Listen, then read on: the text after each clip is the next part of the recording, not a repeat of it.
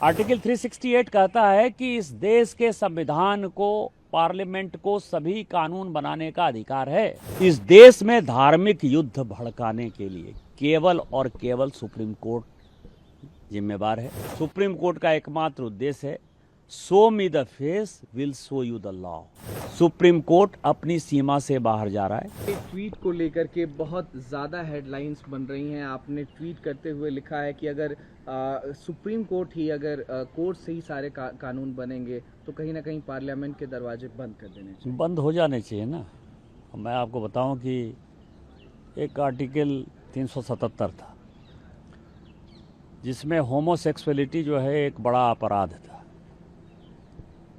अभी Trump administration आया है, उसने क्या कहा है? उसने कहा है कि इस दुनिया में दो ही सेक्स है, या तो मेल है या तो फीमेल है। ट्रांसजेंडर की उसने बात नहीं कही, होमोसेक्सुअलिटी की बात नहीं कही।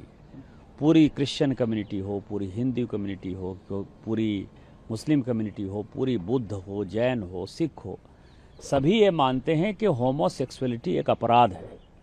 सुप्रीम कोर्ट ने वन फाइन मॉर्निंग कहा कि नहीं, ये केस हम एबॉलिश करते हैं, ये आर्टिकल एबॉलिश करते हैं। हमने आईटी एक्ट बनाया। आईटी एक्ट में सबसे ज़्यादा दुखी कौन है? महिलाएं हैं, महिलाओं के पौर्ण आते हैं, बच्चे हैं, बच्चे के पौर्ण आते हैं, उनकी सेक्सुअलिटी के बारे में जो है हंगामा होता है।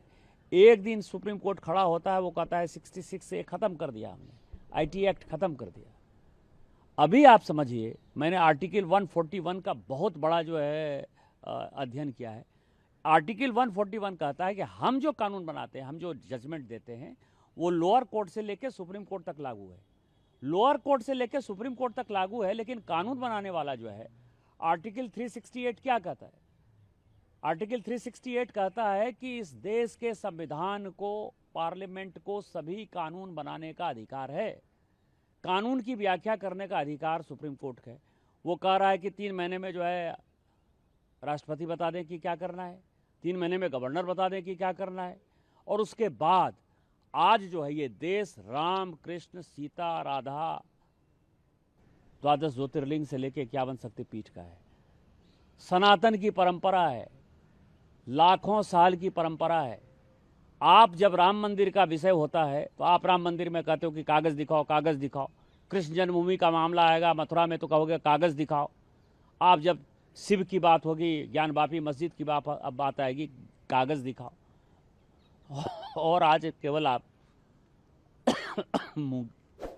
मुगलों के आने के बाद जो मस्जिद बने हैं उसके लिए कहते हैं कि आप कागज़ कहाँ से दिखाओ।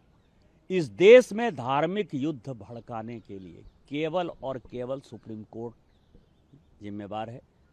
सुप्रीम कोर्ट का एकमात्र उद्देश्य है show me the face will show you the law. Supreme court अपनी सीमा से बाहर जा रहा है। सुप्रीम कोर्ट की सीमा यह है कि भारत का संविधान जिस कानून को बनाया उस कानून की उसको व्याख्या करनी है, और यदि वो व्याख्या नहीं कर सकती है और सब कुछ के लिए सुप्रीम कोर्ट जाना है तो इस संसद का कोई मतलब नहीं है, विधानसभा का कोई मतलब नहीं है, उसको बंद कर देना चाहिए। जो अपॉइंटिंग अथॉरिटी है उसको आप निर्देश कैसे दे सकते हैं? भारत के चीफ जस्टिस का अपॉइंटमेंट भारत का राष्ट्रपति करता है। इस देश का कानून भारत का पार्लियामेंट बनाता है। उस पार्लियामेंट को आप डिक्टेट करेंगे? 5 जज बेंच की, जो मैं आपको बताऊं कि नज़ीर की एक जजमेंट है, 1942 की प्रिवी काउंसिल की जजमेंट है। उसमें यह कहा गया कि जहां कानून नहीं लिखा हुआ है उसके बारे में यदि प्रिवी काउंसिल या सुप्रीम कोर्ट कोई जजमेंट देती है तो बात समझ में आती है।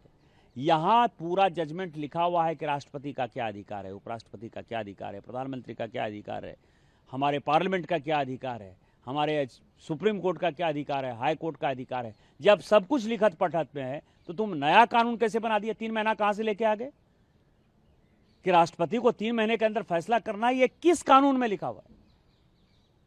इसका मतलब यह है कि आप इस देश को एनार्की की तरफ ले जाना चाहते हो, और एनार्की जो है इस देश में बर्दाश्त नहीं होगी। जब नया कानून आएगा, जब नया पार्लियामेंट बैठेगा, इसके ऊपर विस्तृत चर्चा होगी, और फिर से नेशनल जुडिशियल अकाउंटिंग सिस्टम जो हमने NJAC बनाया था, जिसमें कि राष्ट्रपति का चुनाव कैसे होगा, प्रधानमंत्री का कैसे चुनाव होगा, वो तो संविधान में लिखा हुआ है। लेकिन आपके भाई भतीजावाद के आधार पर जज का चुनाव नहीं होगा।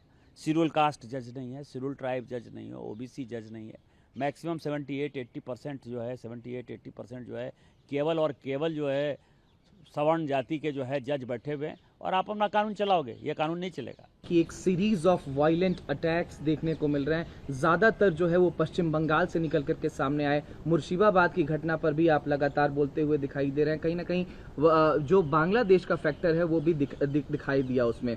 इसको लेकर के वक्फ कानून को लेकर के जब वक्फ जेपीसी जगदम्बिका पाल जी चेयरपर्सन थे, उनसे पूछा गया, उन्होंने कहा कि अगर ये अनकॉन्स्टिट्यूशनल बोल रहे हैं जेपीसी की इतनी बैठकों के बाद, दोनों सदनों से पास होने के बाद, महामहिम के सिग्नेचर के बाद, तो कहीं ना कहीं मुझे इस्तीफा दे देना चाहिए और मैं इस्तीफा दे दूंगा अगर ये अनकॉन्स्टिट्यूशनल बोल रहे हैं। कल्याण बनर्जी का बयान है, उन्होंने कहा आप इस्तीफा दे दीजिए, आप गलत बात करते हैं। इस देश में जितने गृह युद्ध हो रहे हैं उसके जिम्मेवार केवल यहाँ के chief justice of India Sanjeev Khanna साहब।